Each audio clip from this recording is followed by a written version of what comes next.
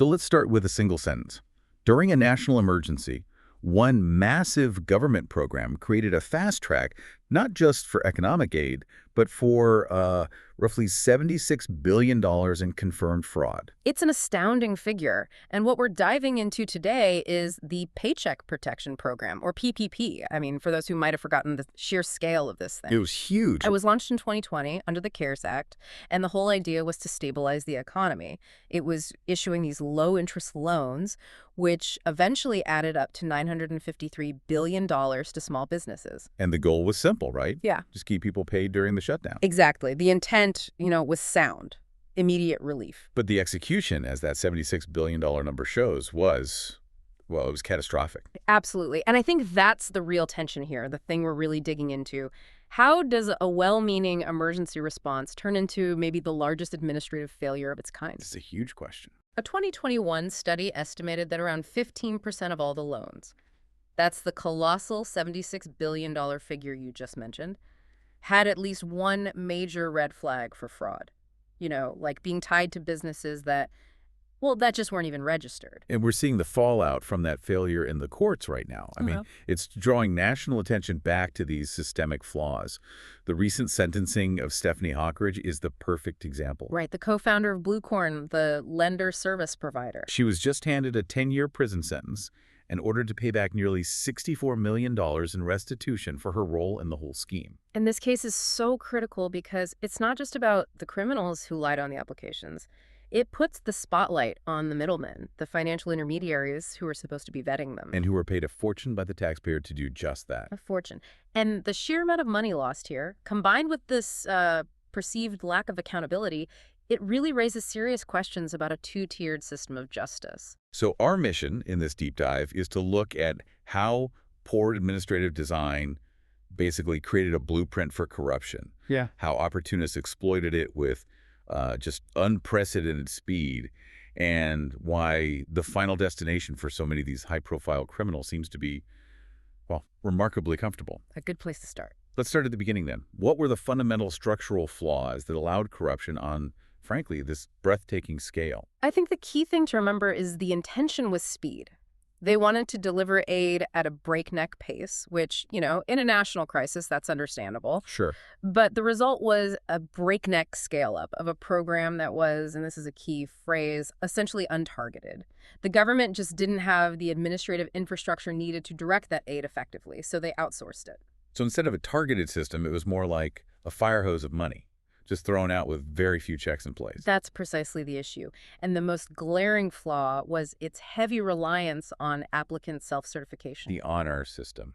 Exactly. I mean, think about the requirements. All a company had to do was certify, in good faith, that current economic uncertainty makes this loan request necessary. That language is incredibly broad. It's almost an invitation. It is. It sounds like the government built an honor system and then backed it with nearly $1 trillion in taxpayer money. The SBA waived so many of the standard checks and balances because the priority was just speed over due diligence. And criminals saw that opening immediately. They did. They realized they could easily lie, create fake documents, apply for businesses that didn't even exist, and the money would just flow. And even if you set aside the fraud for a second, when you look at the efficiency data for the program as a whole, it was just profoundly inefficient. The statistics are frankly damning. Studies show that only about 23 to 34% of that nearly $1 trillion in PPP funds actually went directly to workers who would have otherwise lost their jobs. Wait, so the majority of it, somewhere north of 66%, it just flowed somewhere else? It flowed to business owners, to creditors, to suppliers. And when economists actually crunched the numbers on what it cost to save a job, the true cost was just stunning. How stunning. The estimate was somewhere between $169,000 and $258,000 per job year retained. $250,000 to save one job for 1 year. Right. It's a clear signal that the lack of targeting and vetting created immense waste. And that's even before you get to the deliberate criminal fraud. So the effect was basically an open spigot for the well-connected and, well, the criminal. And that lack of vetting leads us right into our next segment, the actual exploitation.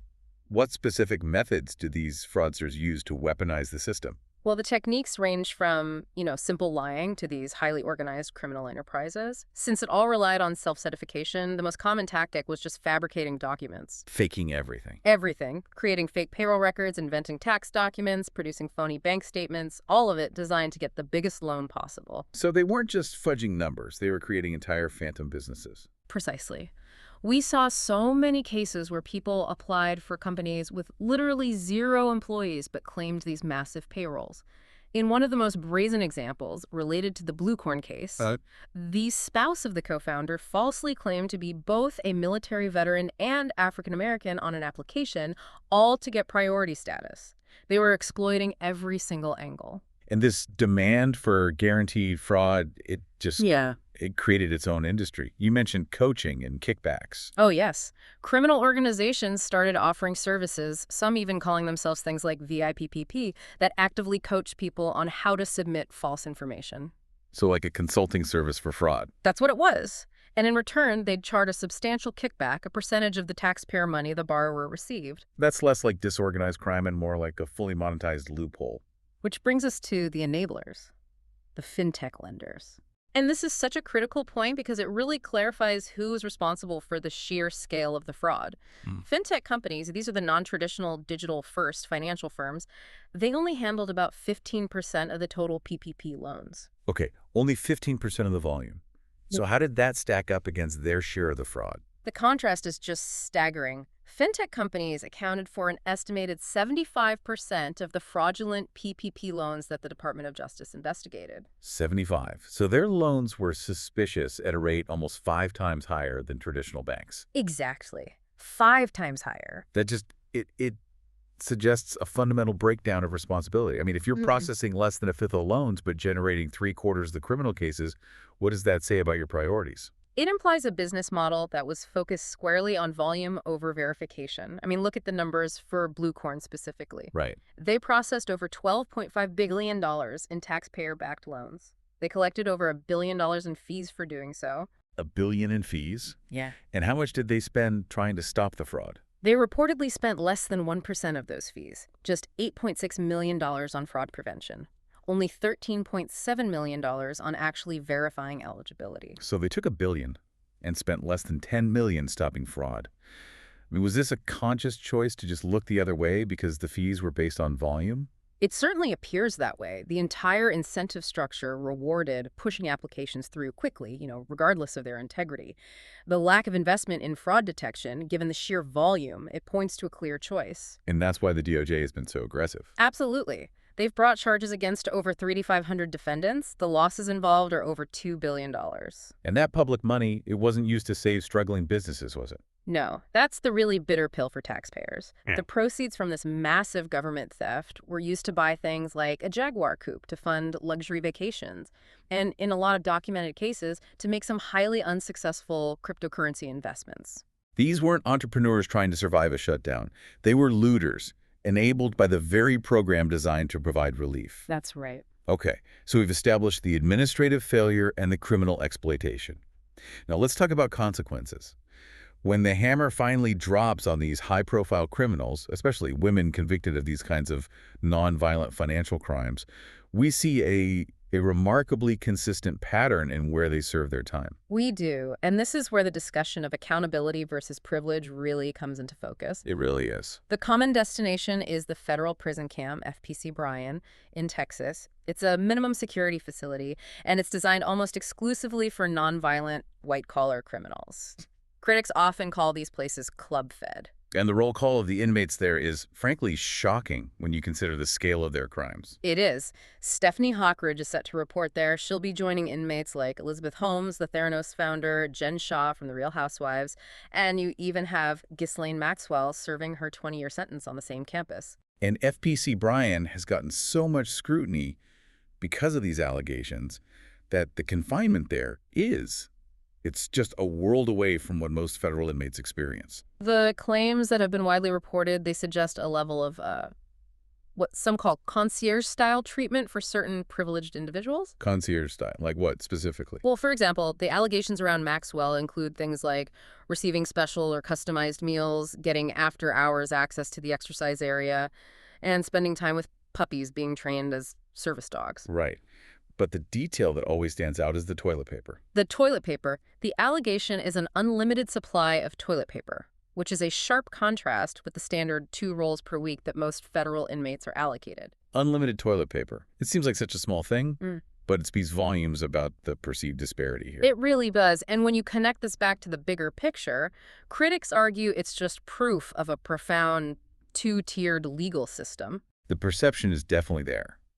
But there's an actual administrative mechanism that allows this, right? It's not just arbitrary. That's right, and it's crucial to understand this. The Bureau of Prisons uses an objective scoring system to classify inmates. To get into minimum security, a female inmate needs a score between 0 and 15 points. And how do people convicted of these huge financial crimes manage to score so low? Well, they naturally benefit because the lack of a prior history of violence is, universal for white-collar crimes. That keeps the score low right away. Being older helps too. If you're over 55, you get 0 points for age. Okay, but what's the biggest factor? The single most telling factor, one that high-profile defendants with great lawyers often use, is the voluntary surrender status. So voluntarily reporting to prison, that actually gets you a point deduction. It does. Cooperating and self-surrendering immediately knocks 3 points off their score. So by following the rules designed for nonviolent offenders, they legally funnel themselves into the safest, most comfortable, and most resource-rich type of incarceration there is. So the system itself rewards the behaviors that are already associated with wealth and control.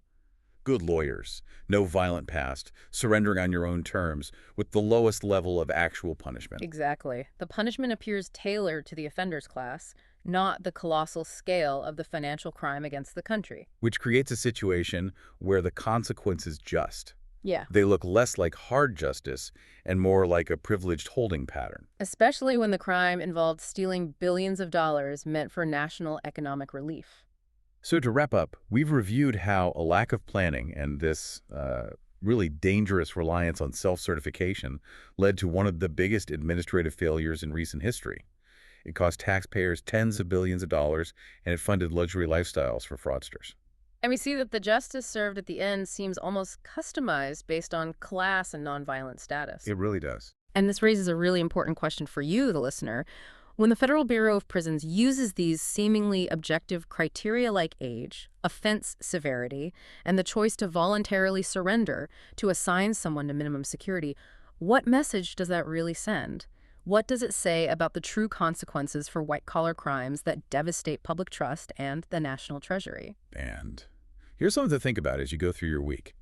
If a complex bureaucratic formula can virtually guarantee minimum security incarceration for convicted fraudsters who self-surrender, is the system fundamentally designed to punish the massive theft of government funds? Or is it just structured to politely contain the fallout from administrative failure while preserving the status of the accused? That is definitely something we're thinking about.